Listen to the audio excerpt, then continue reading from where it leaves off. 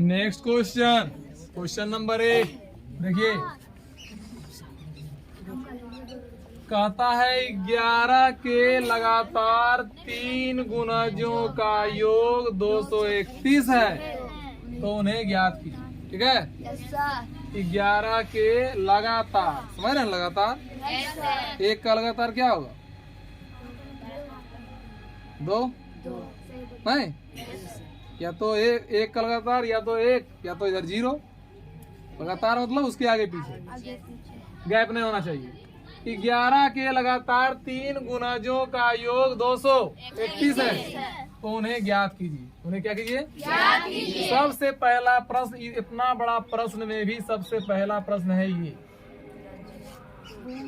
और उसके बाद है ये, समझे ना? और बाकी आप समझ रहे हैं, लेकिन ये 2 चीज आपको समझना जरूरी है, एक गुणज और एक योग। एक गुणज और एक योग। तो योग मतलब तो आप जान रहे हैं क्या होता है? जोड़। ठीक है, और गुणज मतलब कितने लोग समझ रहे हैं, जरा बताइएगा। गुना होता है, गुना नहीं बताइए। गुणज कहते हैं वह संख्या, वे सभी संख्याएं जो किसी संख्या से कटती हो, तो उस संख्या के लिए वो सभी संख्याएं उसका गुणज कहलाती है। जैसे समझिए, जैसे समझिए 3 का गुणज, हमें क्या बोला कि वे सभी संख्याएं जो किसी संख्या से कटती हो, देखिए 3 से सब कट रहा है। वे सभी संख्याएं जो किसी संख्या से कटती हो, तो वे सारी संख्याएं उस संख्या का गुणज कहलाती हैं। अब ये तो हुआ परिभाषा, और परिभाषा समझना जरा मुश्किल होता है। तो आप इतना समझ लीजिए कि किसी का अगर गुणज पूछे तो देखिए कि उससे कौन कौन कट रहा है।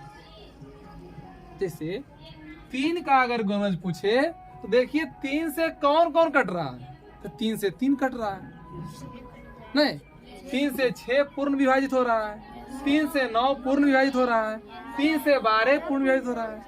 अगर ये भी नहीं समझ में आया तो जिसका गुणज पूछे वो पहाड़ा पढ़ दो। क्या पढ़ दो? 3 का गुणज पूछे 3 का पढ़ दो।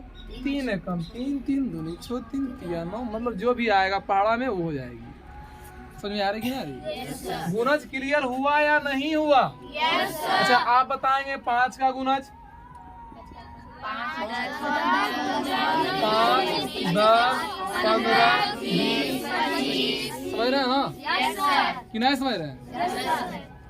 और कोई दिक्कत गुणज में? और बताइए आप 1 का गुणज बताइए। 1 का 1, 2, 3, 4, 5। समझ रहे हैं ना? एक को काट देता है, 1 2 को काट देता है, मतलब 1 सारी संख्या को काट देता है, सारी प्राकृतिक संख्या को काट देता है।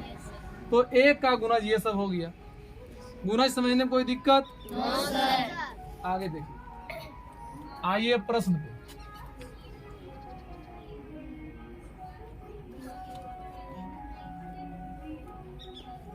तो बोल रहा है कि 11 के लगातार 3 गुणजों का योग 231। 11 का 3 गुणज किसका? 11 का। तो ये तो नहीं पता है कि पहला गुणज कौन है, दूसरा गुणज कौन है।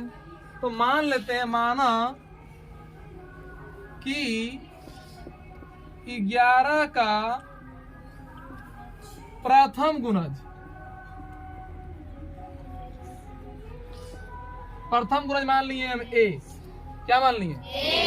चलिए, एक इस पे ही प्रश्न है। लोग कहते हैं कि सब में x से काहे मानते हैं? नहीं, तो चलो भाई x नहीं मानते हैं, क्या दिक्कत है? A मानते हैं, कोई दिक्कत? A से मेरा नाम भी है इसलिए A मान लिए, अच्छा लग रहा है हमको। 11 का प्रथम गुणज A, इसलिए 11 का दूसरा गुणज क्या होगा? नहीं, समझिए, हम आपसे भी पूछे थे कि 3 का गुणज, बोले थे आप 3, 6, 9। पहला गुणज 3 है तो दूसरा गुणज क्या है, आप 3 में फिर इस 3 को जोड़ दिए। अगर 6 है तो फिर अगला गुणज क्या है, इस 6 में फिर 3 जोड़ दिए। समझ में आ रहा कि नहीं आ रहा? उसी तरह से 11 का अगर प्रथम गुणज कुछ भी है, ए है, तो दूसरा गुणज क्या होगा, इसी ए में 11 जोड़ देंगे। ठीक है, फिर 11 का तीसरा गुणज क्या होगा, ए प्लस 11 फिर प्लस 11, यानी ए प्लस 11 11 22। बोलिए कोई दिक्कत? पहला गुणज ए, दूसरा गुणज ए प्लस 11, तीसरा गुणज ए प्लस 22, ए प्लस 22। अब तीनों गुणज आपको पता है। अब कह रहा है योग 231 है, तो कर दीजिए योग प्रश्न से। ए पहला गुणज, दूसरा गुणज ए प्लस 11, तीसरा गुणज ए प्लस 22। ये तीनों का जोड़ है 231। ए 3 ए है, 1 ए 2 ए 3 ए। 22 प्लस 11 33 बराबर 231। तो 3a बराबर 231 और माइनस 33। यहाँ से आप कॉमन भी ले सकते थे, 3 कॉमन भी ले सकते थे आप, लेकिन वो जरा सा समझना मुश्किल होता है। चलिए इधर 3a बराबर 231 में घटाइए 33, देखिए 11 में घटाइए 3, 8 बचा 2, पैसा लीजिए, 12 में 3 गया 9, यहाँ बचा 1, 100। इसलिए a बराबर 198 बटे 3। ए बराबर काटिए 3 से, 3 एकम 3, इसको काटिए 3 छोक 18, बचा 1, उतरा 8, 1 पर 8 18, फिर 3 छोक, यानी हो गया 66। एक का कितना आया? और ए ही तो प्रथम गुणज है, ए ही तो क्या है, प्रथम गुणज है। लेकिन इसलिए प्रथम गुणज 11 का फर्स्ट गुणज, 11 का फर्स्ट गुणज हो गया ए यानी 66। 11 का दूसरा गुणज क्या होगा, ए प्लस 11 यानी 66। ए का मान कितना आया 66, 66 प्लस 11 कितना 77। फिर उसी तरह से अगर का पूछ रहा है 66 77 88, नहीं थर्ड क्या होगा 88। Any problem?